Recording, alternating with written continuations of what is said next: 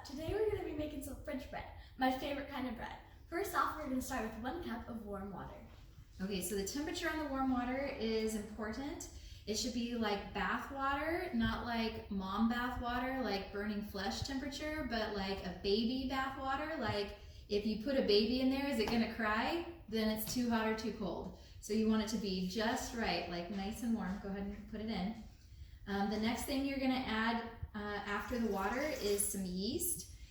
I like to buy it from Costco and then keep it in a Tupperware because it's like, I think $3.99 for a big old container of it as opposed to paying a couple dollars for 3 little packets. So we're gonna put in 1 tablespoon of yeast and she's gonna kind of sprinkle it over the water in there. Go ahead and add it. So instead of just dumping it all in one clump, it helps it to dissolve a little bit better if you sprinkle it over. Then the next thing we're gonna add is a teaspoon of salt. She's gonna measure it over the sink so that we don't end up with too much salt in our bread. So again, just regular salt.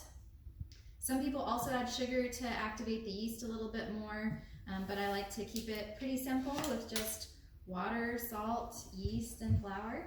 So the salt is going in there right now. And then the last ingredient that she's gonna measure for us is 2.5 cups of bread flour. If you don't have bread flour, you can use regular flour. The only difference is a little bit higher protein content. The protein or gluten strands in the flour is what makes the bread nice and chewy. So the higher the protein content, the more of those gluten strands to trap in the bubbles. We like to use bread flour when we're making our dinner French bread, but feel free if you don't have it, just use all-purpose. You'll get a similar result, but not quite as chewy.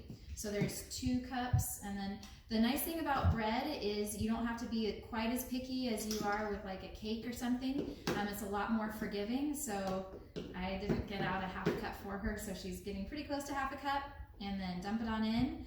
And if you do not have a KitchenAid mixer, you can just go ahead and mix this with a wooden spoon.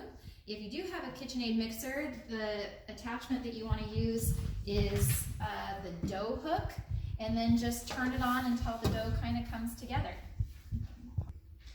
Now, since we're done mixing it, we're going to knead it for just a little bit and then let it rise in the bowl for 20 minutes.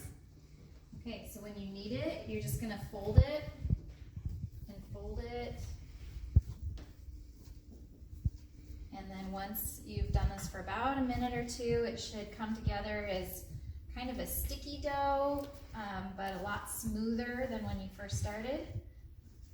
And then you're gonna let it rise in the bowl for 20 minutes. Cover it with either a wet kitchen cloth or some saran wrap. 3, 2. Now that the bread has risen for 20 minutes, it's doubled in size, and now it's time to shape it. Okay, so we've got the bread out.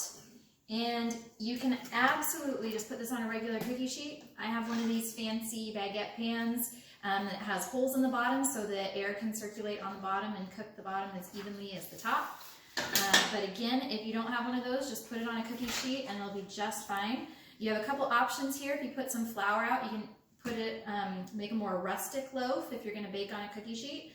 I just am putting it flat out here, and then I'm gonna roll it up like a baguette. So I'm gonna twist it a little bit so that it smooths out the surface of it.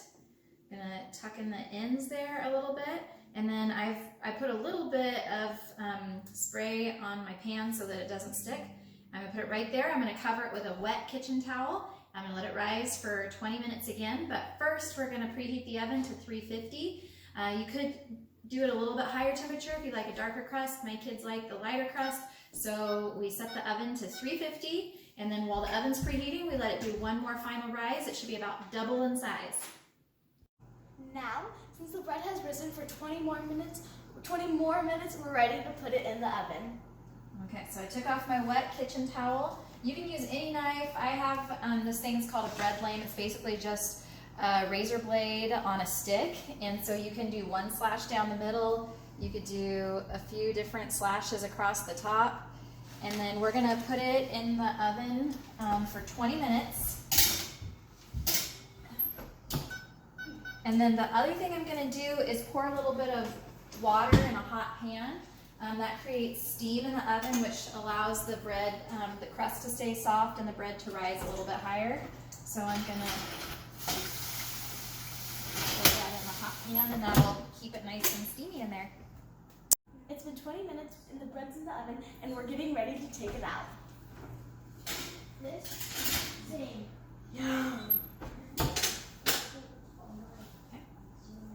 And that's it. As my daughter Ella would say, I'm ruining kids' lives one cooking video at a time. Make sure you give this video a big thumbs up and subscribe to our YouTube channel.